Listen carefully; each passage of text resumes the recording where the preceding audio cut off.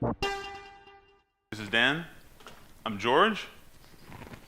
Welcome to our first workshop of the day. Oh, the places you'll go. You guys remember Dr. Seuss, right? Good old Dr. Seuss. So it's not going to be exactly the same. We won't have, bless you, a little bit different structure of the day versus the Dr. Seuss book. Dan, would you like to walk us through?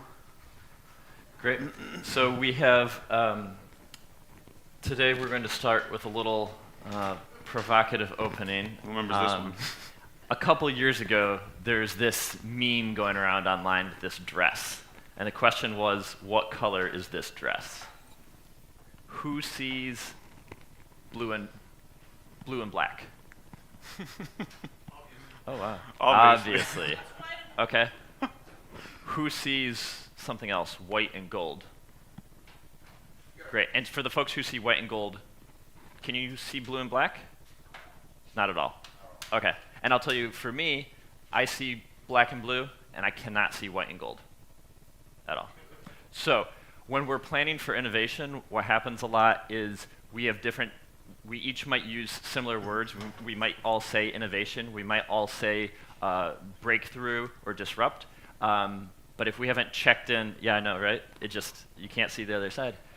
If you haven't checked in with the rest of your team and figured out what do we actually mean when we say innovation, and when we talk about our targets, then one of us might be talking black and blue and the other white and gold.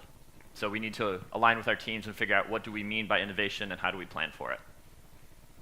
So as we take you through the Bright Idea innovation journey, we can plan for innovation at any level, whether you're getting kicked off and running programs within your first few years, or you're developing an innovation lab, going ecosystem-wide and pulling in external partners, or using the Bright Idea Innovation Cloud to run company-wide transformation.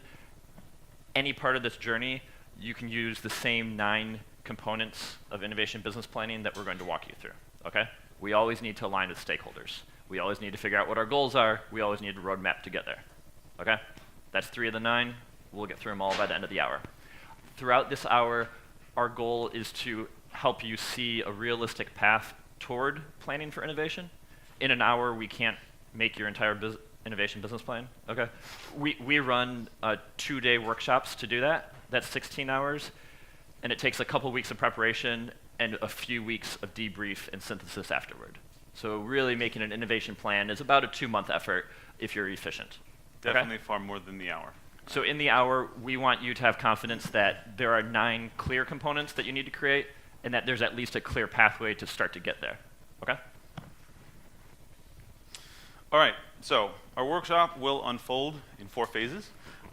We are going to utilize a little bit of the hustle referenced yesterday, so it's going to be fast-moving at times. First phase, as Dan mentioned, he's going to walk us through the 9 components. So you're seeing in front of yourselves, let's click that button. There you are. So what you see in front of you, the scorecard, as Dan is walking through the 9 components, one at a time, we're going to give you guys each a little bit of, basically, what is it, 2 minutes, 3 minutes, to score yourselves per each one of the components from 0 to 4. 0 being totally undefined by way of that component, 4 being fully in practice, right? So as we're going through and elaborating on each component, you give yourself a self-assessment, 0 to 4. Click. Once that is complete, and you guys will see in the room here, we have these little tabletops here. We're going to get up, and based on your lowest scoring component, or if you have more than one lowest scoring, you pick and choose, you're going to move to that section in the room. Once you get to that section, we're aiming for 3 to 5 at most people. I think we'll be fine, depending on how it spreads. But once you get to that section, you're going to work as a team in your section on that component, identifying the top 3 risks of not having that component, and then based on those risks, a 30-day action plan to mitigate, right? During this phase, we're going to be moving around, both myself, Dan, Michael. We're also going to have one more colleague joining us from the Bright Idea side. We're going to be moving section to section. We're going to be helping. We're going to be, if you have any questions, etc. But the goal is, after that action planning period, we're all going to, as groups, report out to each other. Make sense? Any questions? Shoot. So as we think about this, are we thinking about our organization's entirety, or are we thinking about our team within the organization? There's a bit of a... Yeah, so you want to position yourself wearing the innovation management hat within your org. Your innovation management program, your innovation management capabilities within the organization. Now, depending on the stage your program might be at, you might, of course, you're going to reference the overall organization, but you want to position yourself as our program is at this readiness level, right? Does that make sense? Cool. Any other questions? All right, again, there's going to be some hustle. It's going to be quick turnaround a couple of these sections. Dan's going to walk us through the first piece, the components here. Great. So, like I mentioned, we have 9 components. You can start to preview them on the handouts if you'd like. We divide them into 3 sections: assess, align, and act. So with assess, we're focusing on articulating the needs of the business, starting with checking in with our executive leaders and what they want to accomplish next year or in the 3-year plan, and making sure that our innovation team is delivering on real business needs.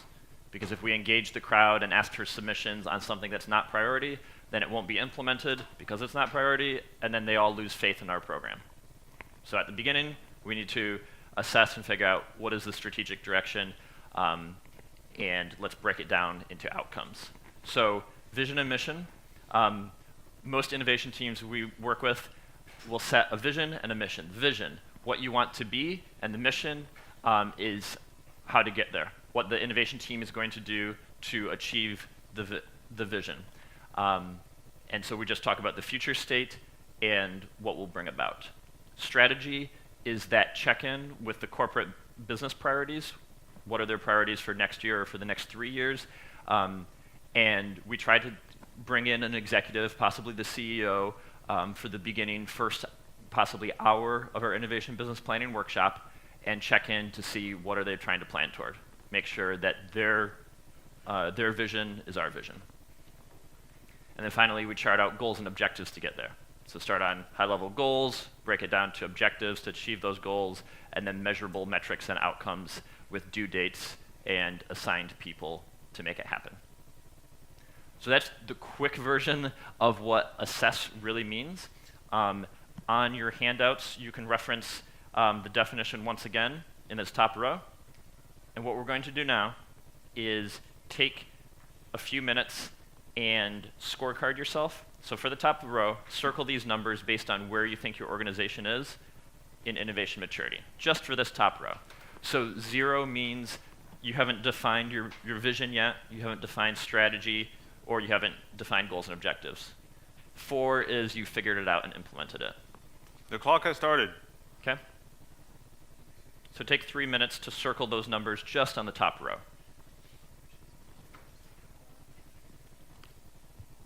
Feel free to ask questions. Okay, and the microphone's working. Yes, feel free to ask questions. So I'll be roaming around here in the back. If any of you have any questions about definitions, what these mean, and obviously George and Dan too. So.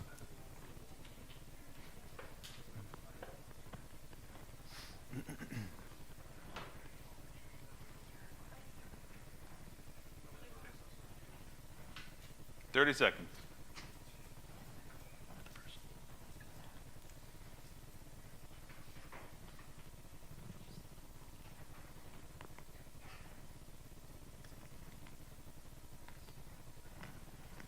Any questions? In 10.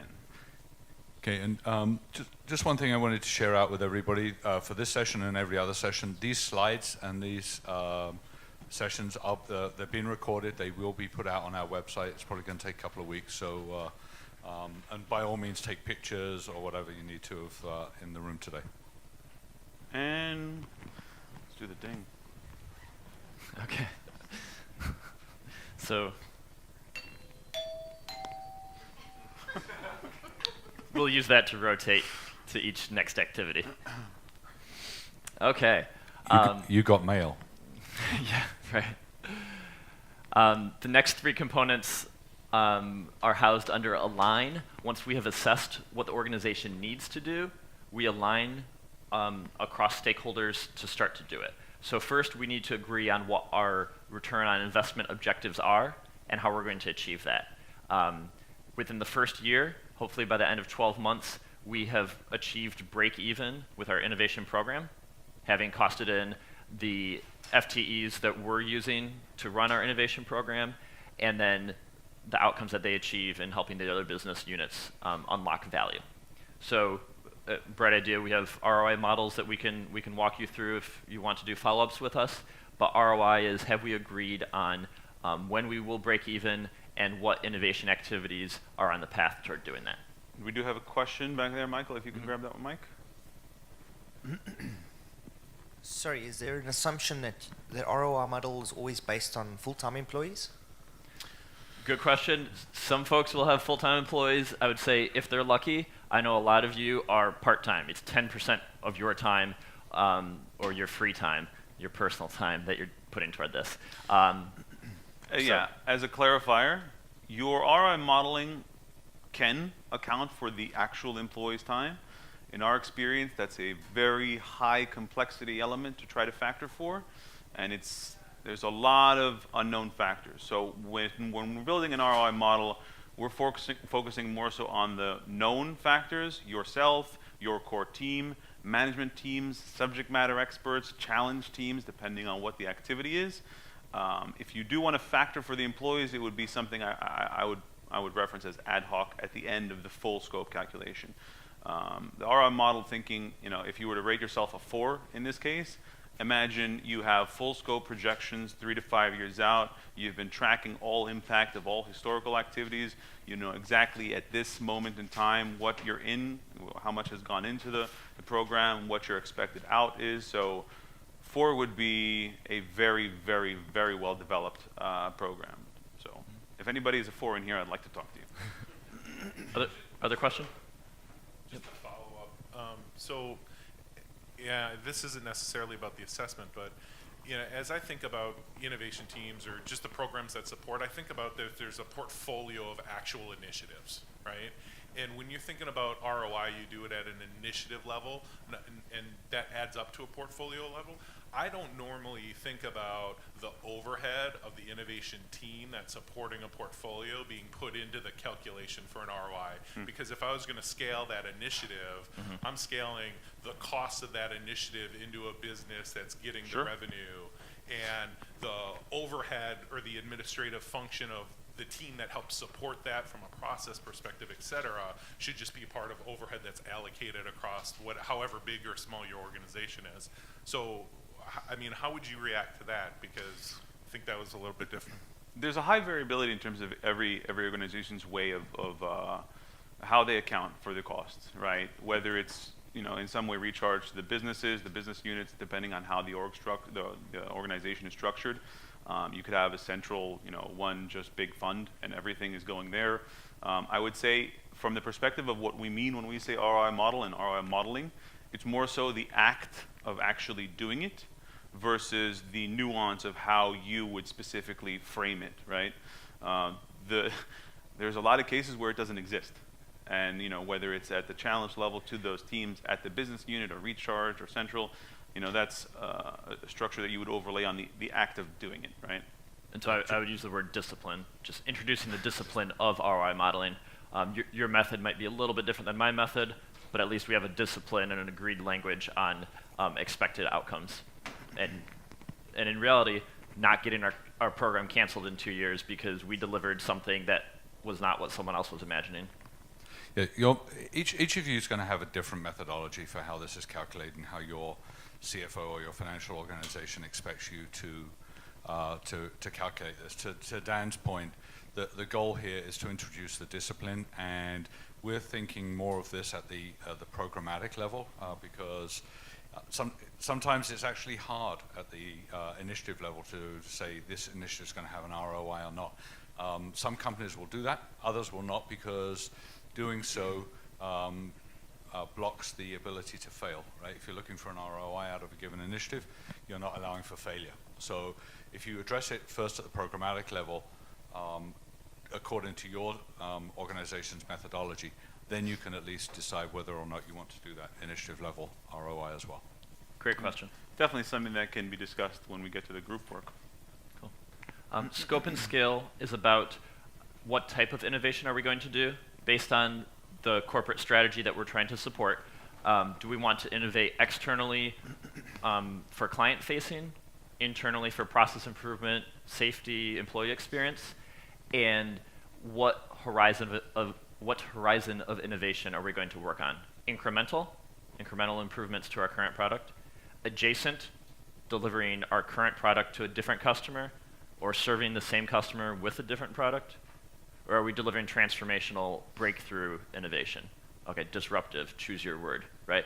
So incremental, adjacent, or disruptive, and how much effort proportionally do we want to invest in those three horizons? Okay? Finally, stakeholder mapping is who do we need to coordinate to get this done? What is the RACI? Some of you might be familiar with that. Who's responsible, accountable for making this happen? Who can be consulted and who's informed along the way? And then who are we going to make angry?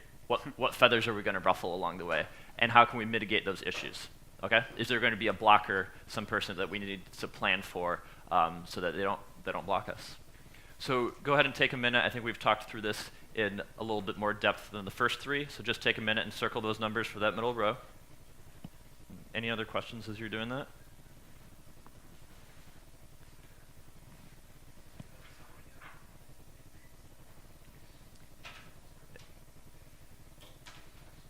And if we didn't make the introduction, this is Michael O'Toole in the back. He's our VP of Services. So anytime you want to engage Bright Idea in this type of planning, Michael is your man to figure out which team we can connect you with. Okay. 20 seconds. Everyone 20. got their... Yeah, 20 seconds. 20 seconds.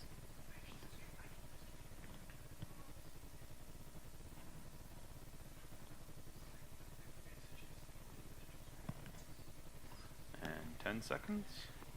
I think everybody's almost ready.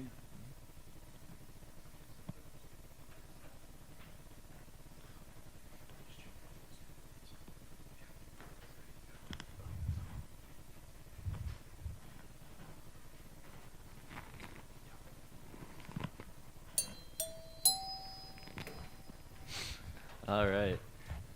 Now we're getting into action. So assess. We've looked at what the business needs, align, we've agreed on it and gotten the right people, and act, we're starting to put it into action. Now, platform mapping is where we start to plug in how can we do these innovation activities in the Bright Idea Innovation Cloud.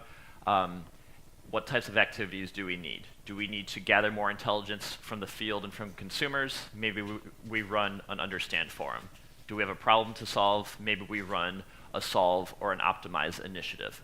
So we plan our innovation activities according to the Bright Idea Innovation Cloud, design thinking processes, what type of innovation do you need to run, and let's start putting it on a roadmap. Let's start action planning and look at the next 1 to 3 years of those innovation activities. Finally, resource planning. Who do we plug in to make that happen? How much time are they going to dedicate? Are they full-time, or is it 10% of their time? And what is the org structure? Do we run a centralized innovation organization? Is it decentralized, where we're enabling the business units to run on their own?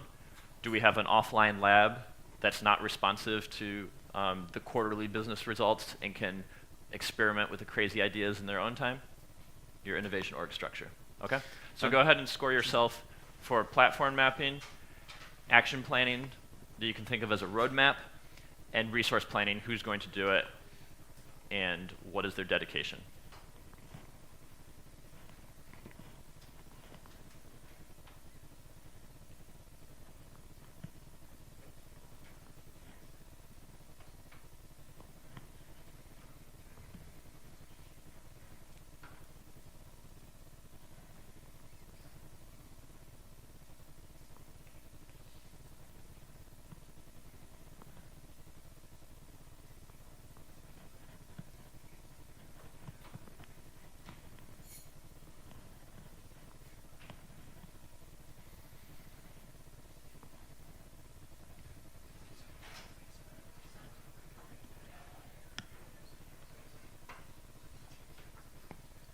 15 seconds.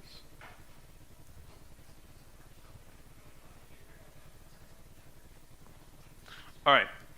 Right before we shift, right before we shift to the main event, guys, just I wanted to highlight one really important thing in regards to building these kind of structures, right? If you're thinking about, all right, I don't have this piece or I have that piece and I need to do this. Once we get to the action planning specifically, recognize that every single one of these are interdependent elements, right? There isn't like vision in a silo, strategy in a silo, platform mapping in a silo, and those are just independently going to be built and then okay, it's done.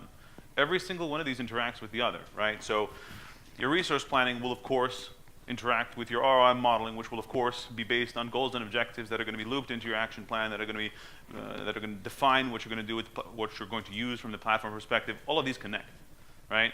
There isn't one that you're just going to do and you're done. So the whole point of this session, and to understand the long-term, the long-term version of this session is you're not going to just build the vision and the whole thing needs to be built in its entirety together, thought through with its interdependencies, and then iterated upon again and again. It's a living document.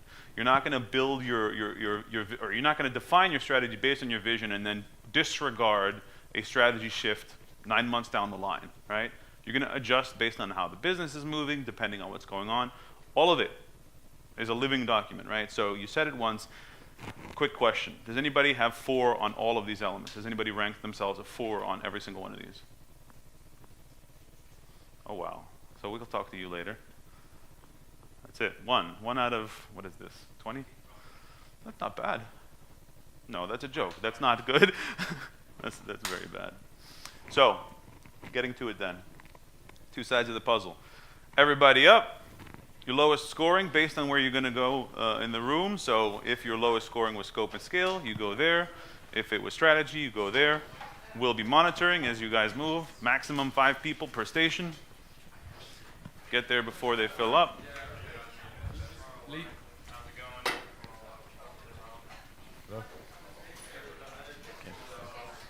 Sure. You can leave your bags as well. The idea is just to get people grouped together and talking on common. How much time do we have? Okay. Sorry, I'll get out of the way and then. This is your morning exercise routine? So 5 and 5, right? After they move.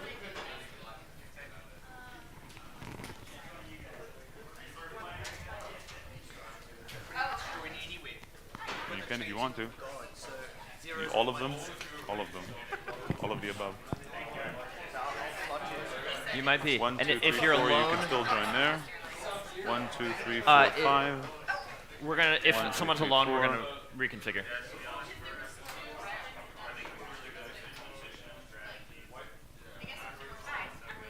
Just put it back there. Wait. Okay, so you want to be with platform mapping? All Okay. alone. So 2 options. We gonna have can work to- with you here, or you can float to one other section if you want to work with a team. Your choice. Do it. Awesome. Okay. No problem. Yep. Yep. You can get some special time. Any questions? Yep. Which one? So, vision, mission, strategy, objectives. Okay. Starting with the risks, guys. So first things first, of the components Yeah, that you nobody's don't going have, over there. what are the risks? Top 3 risks if you are missing that component. That's where you start, right? And our top of the food chain over here is going You're to good with report to action all of plans? us later. All right, we ready to go? This is going to be a timed activity. 5 minutes. Top 3 risks, go. Top 3 risks of not having that component.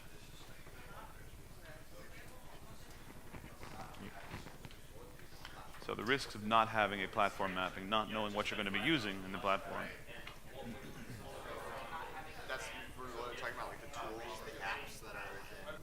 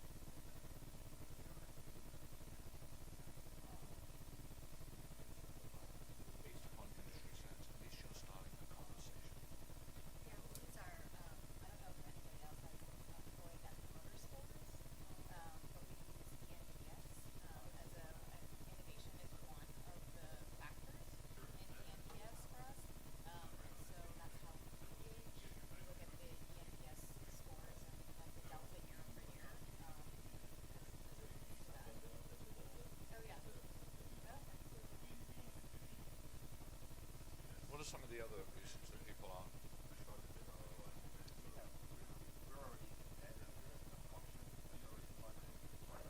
So, so we already exist. It's up to what we do. And any ROI we have is based on final product development. That if when 2 or 3 years down the road, we can actually show leverage of that product. Because we're globally, we're so global that a lot of the resources around the world, they're an allocation. So I don't know how we'd ever quantify it.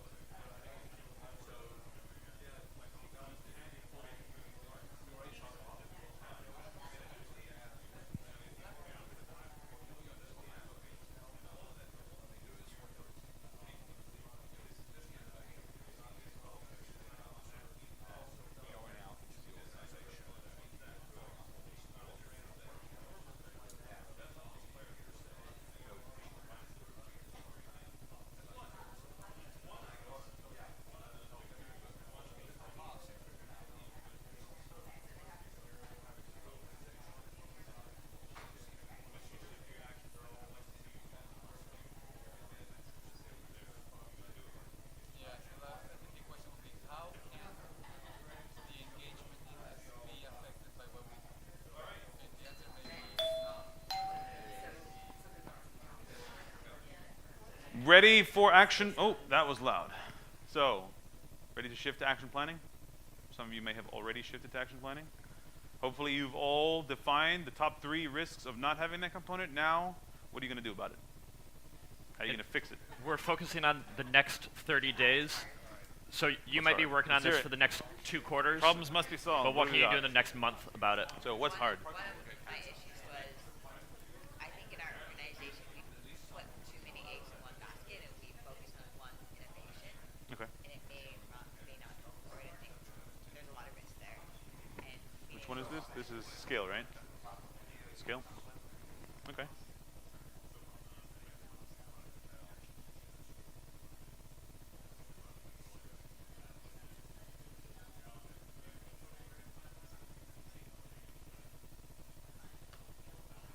They kept it. $70 million. They didn't do anything with it. They never told anybody. They never shared it. They never reported it out. Okay? Right? Now what's happened is someone has now realized, oh, we're not doing this, and now we've got all that benefit. Start the program up. There was this benefit there that just wasn't being.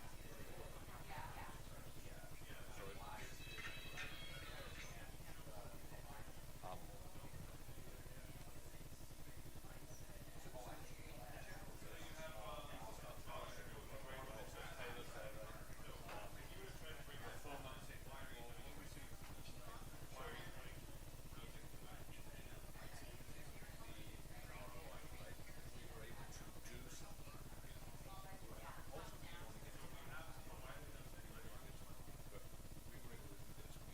solve this problem for the business, right?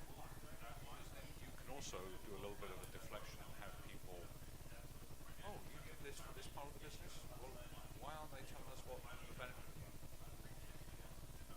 And then, this sort of action plan, we do this for our customers. We just basically say, take this in 30-day chunks. Don't set yourself up to oil the ocean, right? What can I just get done in the next 30 days? So,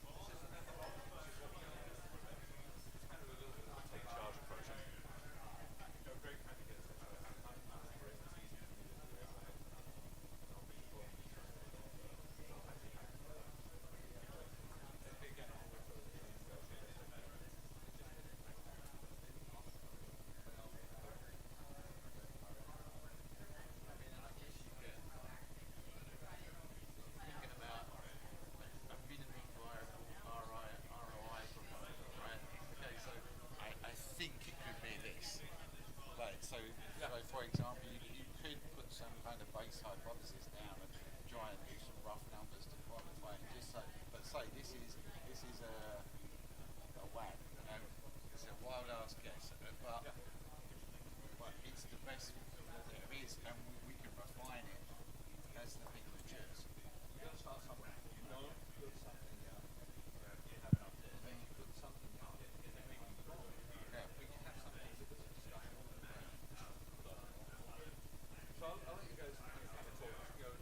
I would give yourself each just an action. If you're struggling with this, what am I going to do in the next 30 days? Is it have a conversation?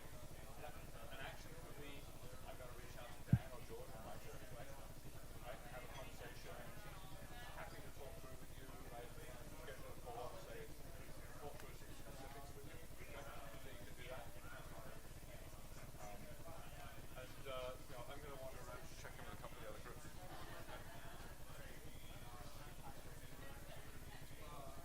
So with work for us,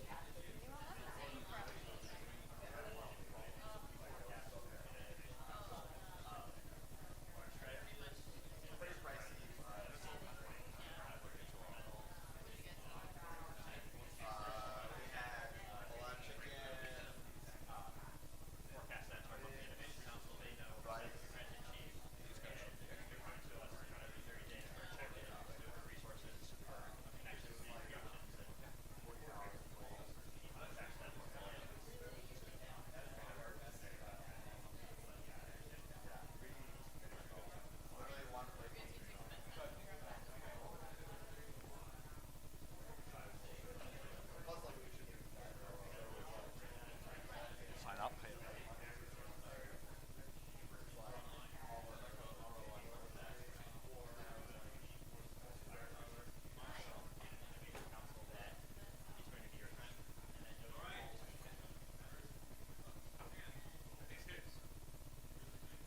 Where's my thing? Oh, it's under here.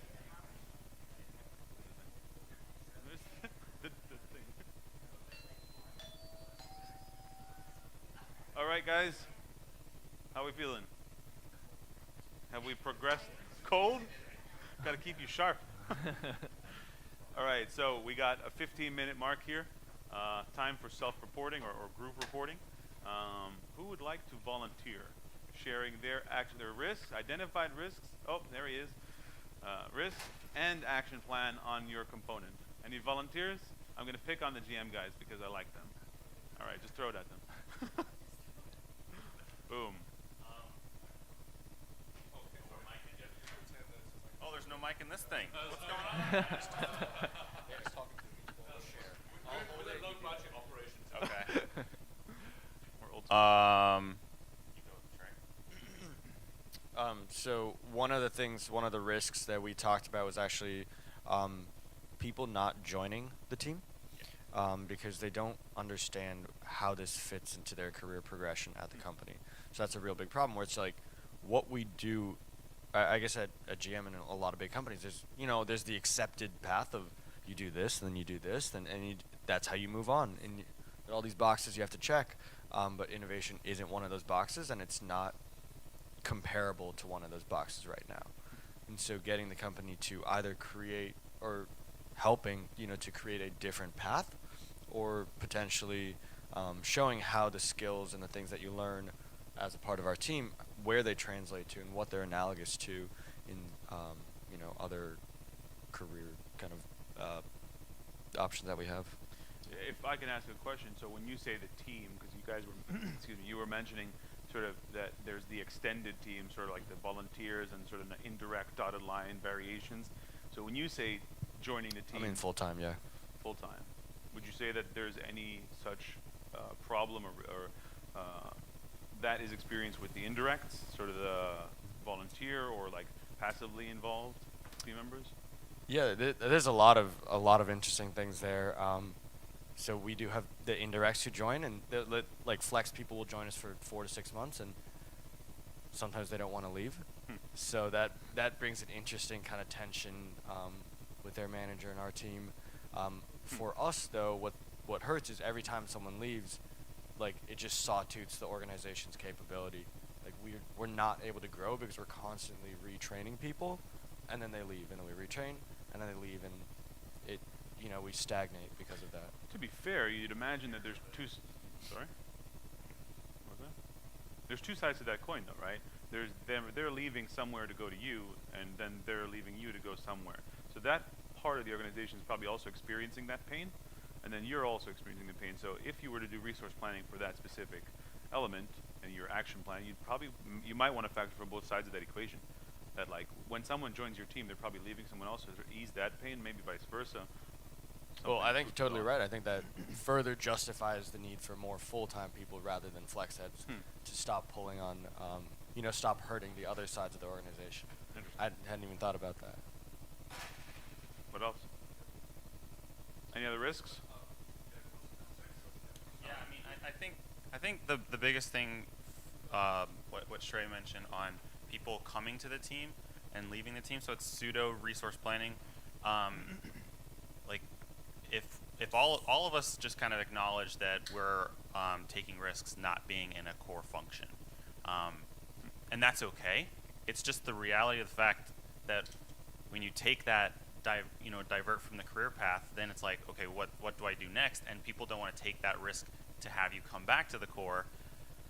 So I think, we were talking about maybe learning from, I wasn't talking at this team, but we were talking recently about a podcast called Masters of Scale by Reid Hoffman, and he was talking, they had Marissa Meyer, who's CEO of Yahoo, and she started the associate product manager program at Google, and how they used that program to develop the talent that they wanted.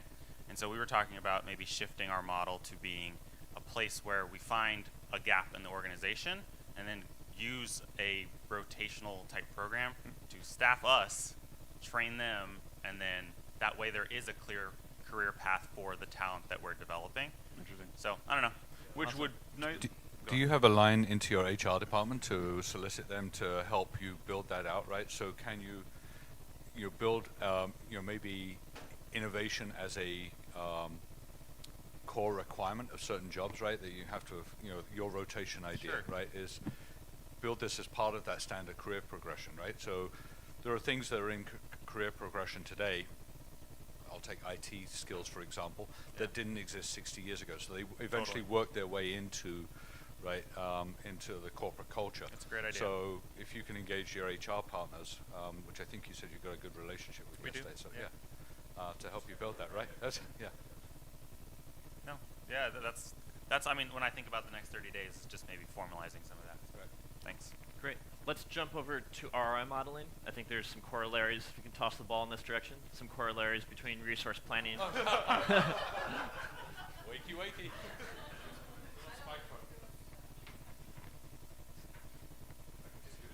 So going from resource planning to setting expectations on the return for those resources. So you want the risk first?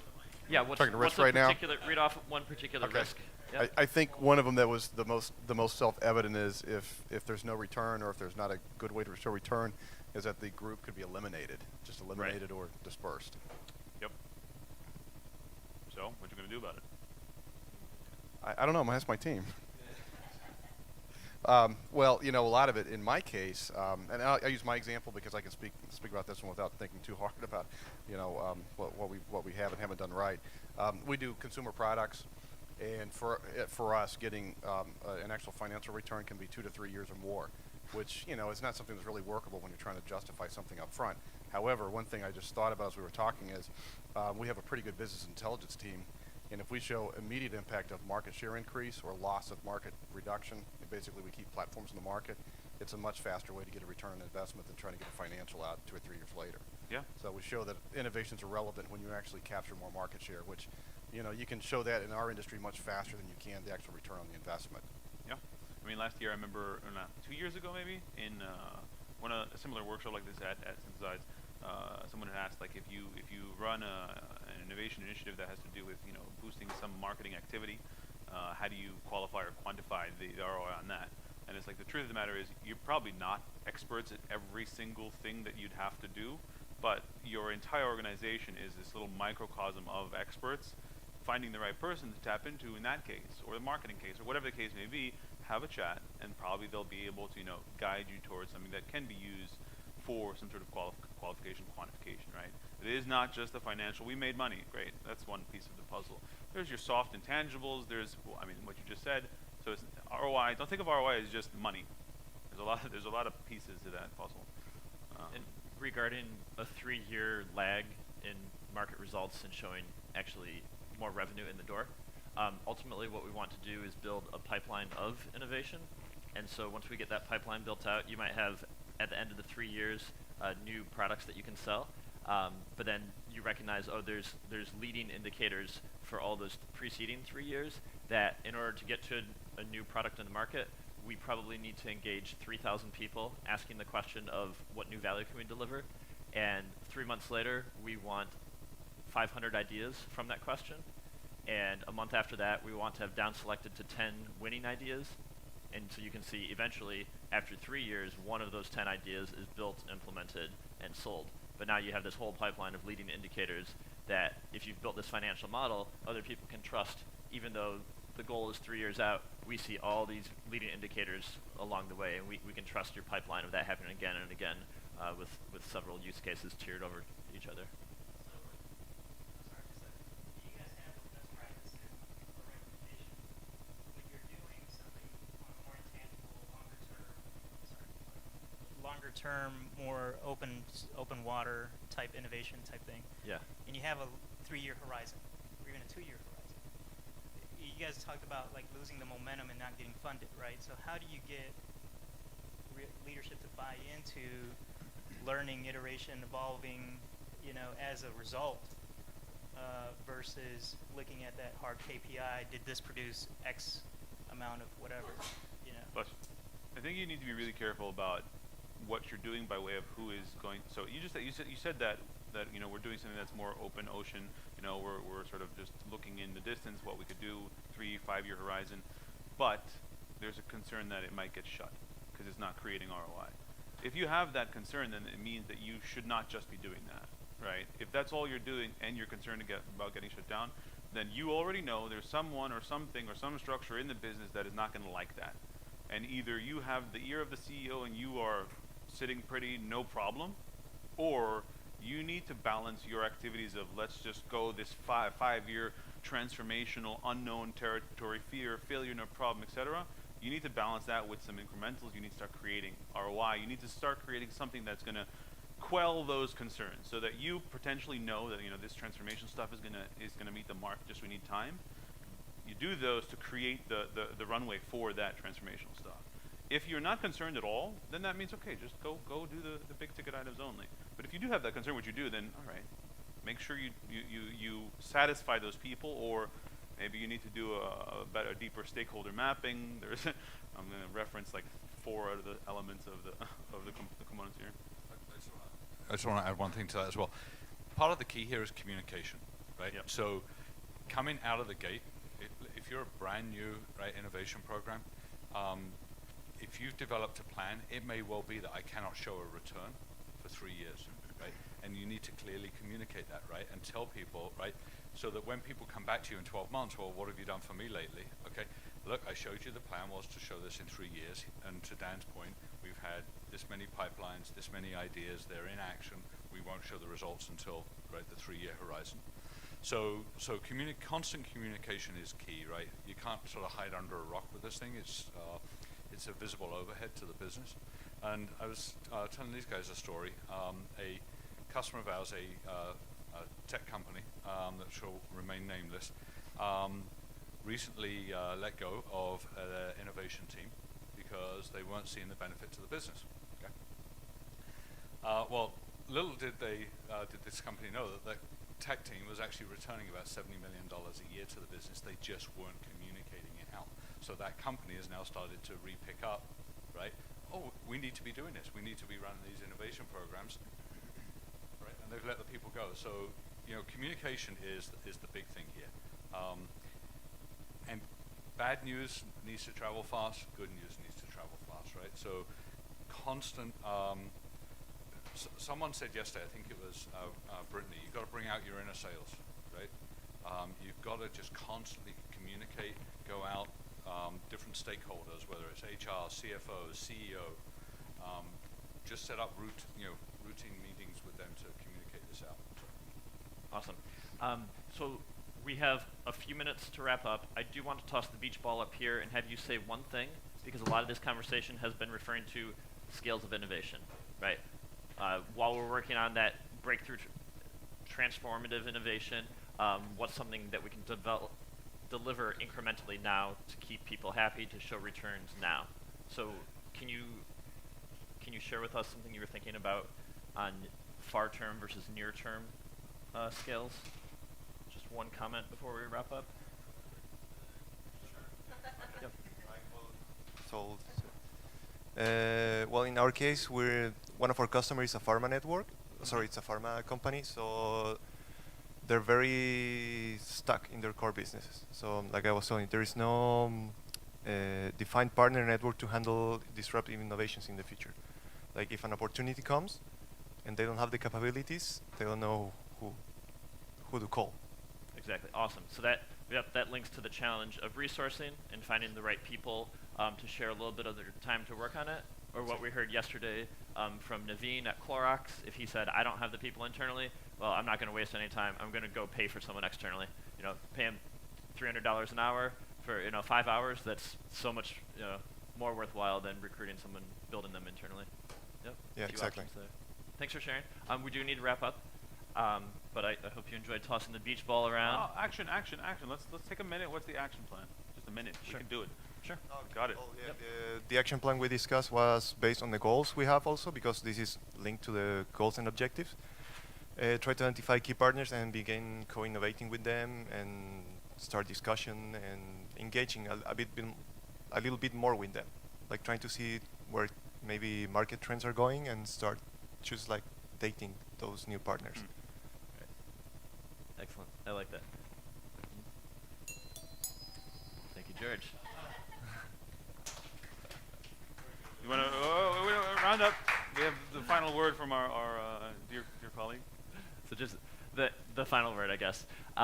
So overall, we're planning to assess our business needs and make sure we're all aligned, speaking that same language, that we're not saying innovation, we're not saying disruptive, and seeing a black and blue dress while other people are seeing a white and gold dress, that whatever words we're saying, we all understand what they mean, and that we're aligned on that ROI model for what to expect, every quarter along that long journey. And then ultimately put it into action, commit resources to it. And this is all going to be iterative, something that you will update. This is a living, breathing document. So when something changes in the roadmap, that action plan, you might have to go back and reconfigure that stakeholder map. You're going to ruffle someone else's feathers, so you need to go figure out how you're going to coordinate with them or sidestep them to get things done, right? So this is all very dynamic. It's all connected, and we update these things constantly for each organization. Great. So thanks for working with us on this. All together, we put the 30-day action plan for what can you kind of do in the next month when you return to your business. In the long term, it's something you'll always be working on. I just want to add a couple more quick things. Feel free to take a couple of these scorecards. I would actually encourage you to do this same exercise with your teams, right, and have people rate it. You'll start to get that, and your leadership, by the way, and have them realize.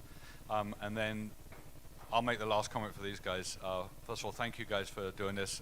If you could all go onto the app and rate the session, really would appreciate it. So thanks very much, everyone, for coming.